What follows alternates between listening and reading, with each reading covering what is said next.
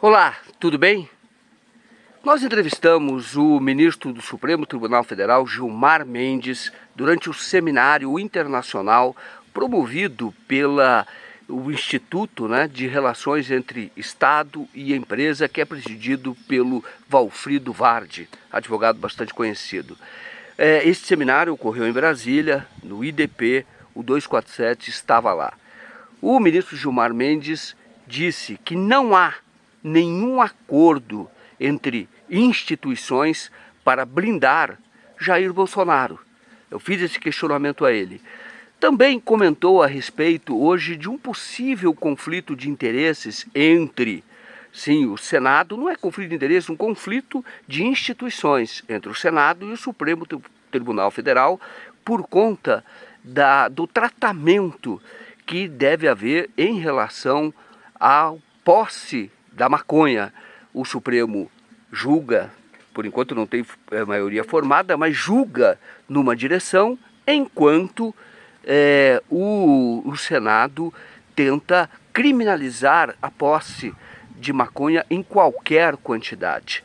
Esse é um tema bastante importante porque tem reflexo na segurança pública. Nova York, por exemplo, segundo palestra do ex-prefeito Bill de Blasio, Nova York legalizou a posse da maconha, descriminalizou, mas o Bill de Blasio, que foi prefeito lá, usou a expressão legalizar. E lá a segurança pública ela é administrada fortemente pelos municípios. Isso nessas questões relacionadas à droga. E qual foi a consequência desta legalização? A criminalidade diminuiu.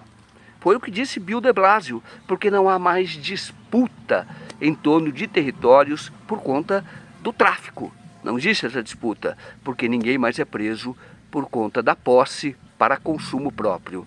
E eu perguntei sobre o ministro Gilmar Mendes qual era a posição do Supremo, e ele respondeu e entende que pode haver aí, depois, quando isso for à Câmara, a discussão pode tomar uma outra direção, mas admitiu que sim. Depois, se houver uma legislação mais restritiva do Congresso Nacional, que vai na direção contrária ao que fazem os países hoje europeus, o que fazem vários estados dos Estados Unidos e até municípios, que é o caso de Nova York, se o Senado ou o Congresso Nacional for numa direção contrária, é possível que isso haja uma discussão da constitucionalidade desta medida mais restritiva. Mas veja o que disse o Gilmar Mendes, depois nós voltamos. Vou interrompê-lo rapidamente, porque o Joaquim já está com a entrevista aqui com o ministro Gilmar Mendes. A gente vai sair da tela, vou deixar o Joaquim fazer a entrevista e a gente volta aqui na sequência. Bora lá.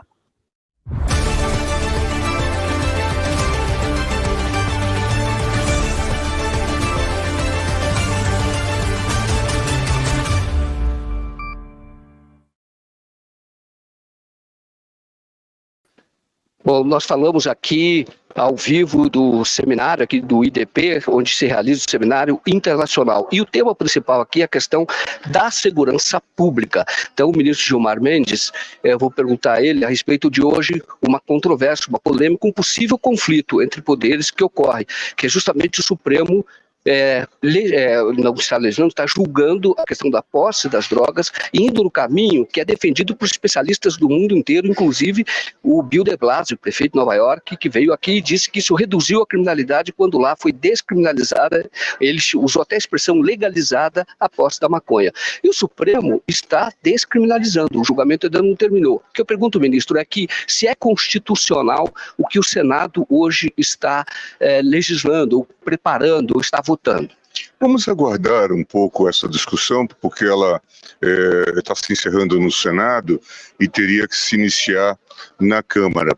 O importante é dizer que o tribunal não está sequer legalizando o uso da maconha, está simplesmente dizendo que não seria justo a imputação de crime pela posse da maconha, pelo porte da maconha, e que nesse caso se poderia aplicar alguma sanção de índole administrativa. Se houvesse um vício continuado, ainda maior, isso poderia permitir até medidas administrativas de tratamento, de internação.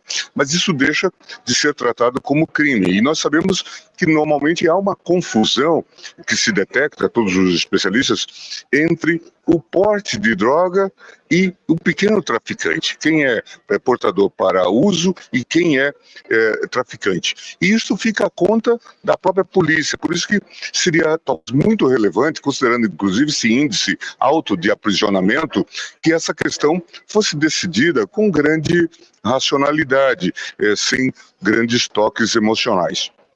Isso pode ter repercussão, no caso o Senado aprove, repercussão no Supremo, isto é, seria uma medida, a seu ver, o ministro, inconstitucional? Não, vamos aguardar a transferência disso para a Câmara, quando encerrar o debate no Senado, para depois, certamente, virar uma impugnação ou uma suscitação perante o Supremo Tribunal Federal. Ministro, a respeito do que toda a sociedade acompanha, que é um inquérito hoje sobre o 8 de janeiro. Inclusive, se espera, já houve condenações de aqueles que se beneficiaram, aqueles que eventualmente ou possivelmente, depende do que conclui a investigação, foram aqueles que incentivaram que ocorresse, que seriam militares de alta patente e o próprio ex-presidente. Quando é que esse inquérito, quando é que vocês devem julgar no Supremo Tribunal Federal aqueles que são da cúpula ali do que poderia ser um elo, que poderia haver um elo ali, uma cadeia de comando que resultou naqueles atos? Eu leio e ouço notícias no sentido de que os inquéritos estão sendo concluídos e que talvez eles sejam remetidos à Procuradoria ainda no final deste mês ou em julho. Então é possível que já no segundo semestre nós tenhamos as distinções que a Procuradoria fará, certamente pedirá arquivamento de determinadas questões e oferecerá denúncia em relação a isso. Acho que no segundo semestre devemos ter novidades. Há algum fundamento do noticiário que se fala, ou notícias, indícios, de que haveria um grande acordo para beneficiar A ou B? Não, o Brasil vive muito de teorias conspiratórias, nada disso. Não procede? Não procede. E a respeito de um possível conflito que existe entre o Supremo e o Senado, procede? Também não temos conflitos. Como é que o senhor está vendo este evento aqui? Eu acho extremamente positivo que se discuta de maneira democrática, com perfis bastante diferentes, um tema que é multifacetado também, né? A questão da segurança pública, ela diz respeito à educação, à formação, à ocupação de territórios, né? A ressocialização de presos, em suma, são temas muito ricos que estão sendo discutidos. Ministro, para encerrar, só porque nós estamos tendo agora um debate sobre a greve das universidades. Como é que o judiciário, a legislação, como é que o Brasil vê esse tipo de greve? Eu torço para que isso se resolva. Hoje ainda tive que fazer uma palestra num curso de pós-graduação lá na Universidade de Brasília e encontrei os alunos lá, mas a universidade está vazia. Eu fiquei com pena, porque certamente são perdas para todos, né? Eu acho que isso precisa ser encaminhado. O governo teria que, nesse caso, negociar para que haja retomada? Eu não sei qual é a solução. Há muitas discussões sobre a justeza das reivindicações, mas, em suma, os alunos estão sendo penalizados e a sociedade também. A própria formação dessas pessoas sai prejudicada afinal, né? Muito obrigado, ministro. Muito obrigado.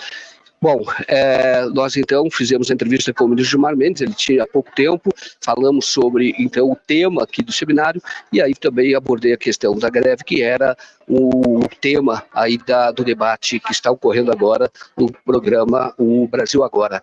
Então eu devolvo para você, Daiane, muito obrigado então por essa interrupção, pela oportunidade que deu às pessoas aqui de terem essa palavra do Gilmar Mendes, inclusive de que esse inquérito dos atos de 8 de janeiro está para se encerrar, falo até de no final do mês já veio um encerramento remetido para a Procuradoria e denúncias, e também negou que houvesse qualquer tipo de acordo para blindar a cúpula, blindar A ou B, foi isso que ele disse aqui. Eu devolvo para você então. Obrigada, Joaquim, pelas informações, pela entrevista, bom trabalho aí, a gente vai se falando. Um abraço. Um abraço, muito obrigado. Até mais. Valeu. Bom, quero agradecer muito pela audiência de vocês, quero agradecer muito àqueles que já se inscreveram no nosso canal, quero agradecer aos que patrocinam o Brasil 247, que pratica o jornalismo independente tão necessário hoje para a democracia no Brasil. Peço a vocês que ainda não se inscreveram que o façam, e aqueles que puderem que se tornem patrocinadores, membros deste canal. E nós voltamos sempre que houver notícias para comentar. Mais uma vez, muito obrigado e até mais.